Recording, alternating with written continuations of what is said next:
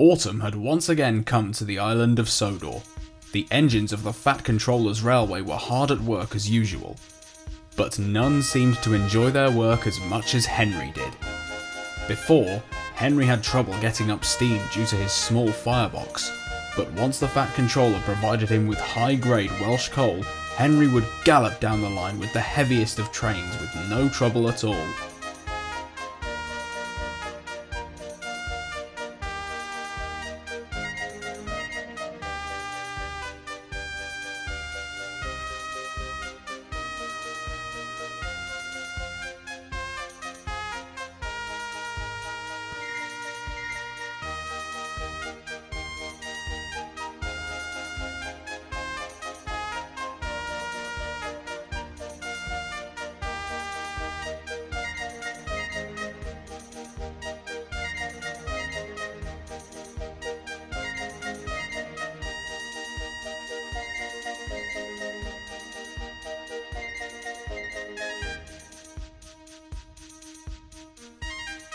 But soon, Gordon and James began to complain.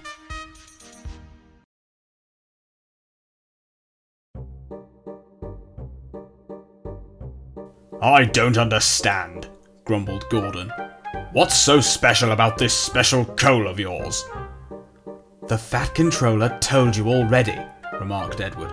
"Henry needs it to produce enough heat to make steam, and our usual coal won't work for him. And besides," Henry added, "my firebox is smaller than yours. It can't be helped."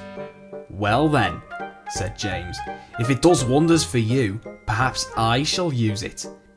"Oh no you don't," Henry exclaimed. "The Fat Controller says this coal is expensive. It'll cost the railway too much if we all use it." "You'll all have to face it," Edward said. "This coal is for Henry and Henry alone." "Thank you for understanding, Edward," said Henry. "It's a shame these two don't."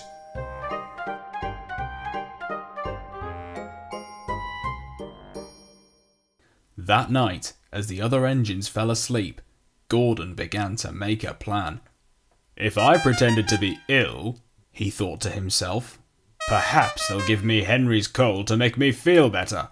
That's it! I'll try it tomorrow." The next day, Gordon began making his plan. As his fireman was building up a fire for his morning train, Gordon did everything he could to prevent it from burning properly. At last, the fireman lost patience. "This fire's not cooperating," he said. "I'm not sure what else to do." "We've got to get it under control soon," said the driver. "The express is waiting." "Perhaps," suggested Gordon, "we could take some of Henry's coal." The big blue engine looked over to Henry. Henry was sceptical, but knew that the express was important. "Very well," Henry said, "but just this once." "Oh, thank you, Henry," Gordon smiled, and he puffed away, feeling pleased that his plan had worked. Soon, the Welsh coal had been loaded into Gordon's tender, and off he went with the express.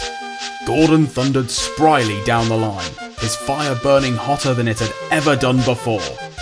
"I feel so great, I feel so great," he chortled to the coaches. The coaches twittered and fussed. "Gordon feels great, Gordon feels great," they sang to each other.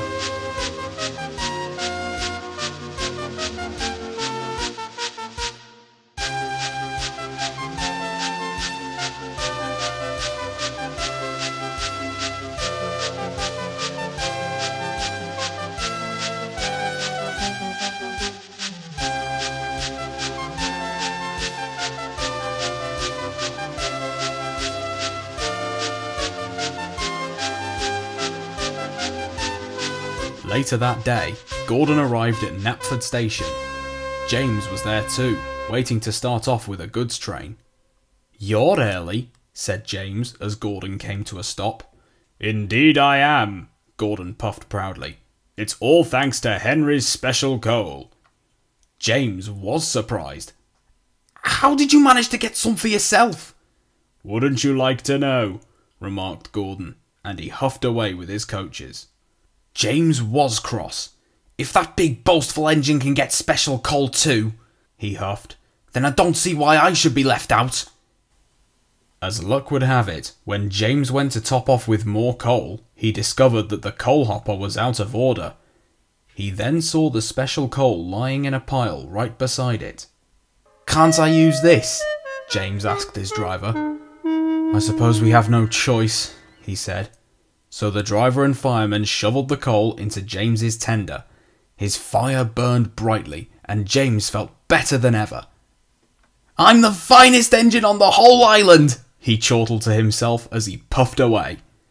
But because Gordon and James had both used the special coal, there wasn't enough for Henry. Henry soon discovered this late that afternoon, and was most upset. I can't puff properly without my special coal, Henry wheezed. And it'll be 2 days before another delivery shows up, the driver sighed. I don't understand, remarked the fireman. There should be a 2-day supply left. Henry then remembered. Gordon, Henry said. That horrid engine, he's taken the lot. Just then, Gordon and James came up. Gordon, fumed Henry. You took all of my coal. I only told you to use it once. I did only use it once, you silly engine, Gordon huffed. I took the rest of it, James said sheepishly. The hopper was out of order, and I needed more.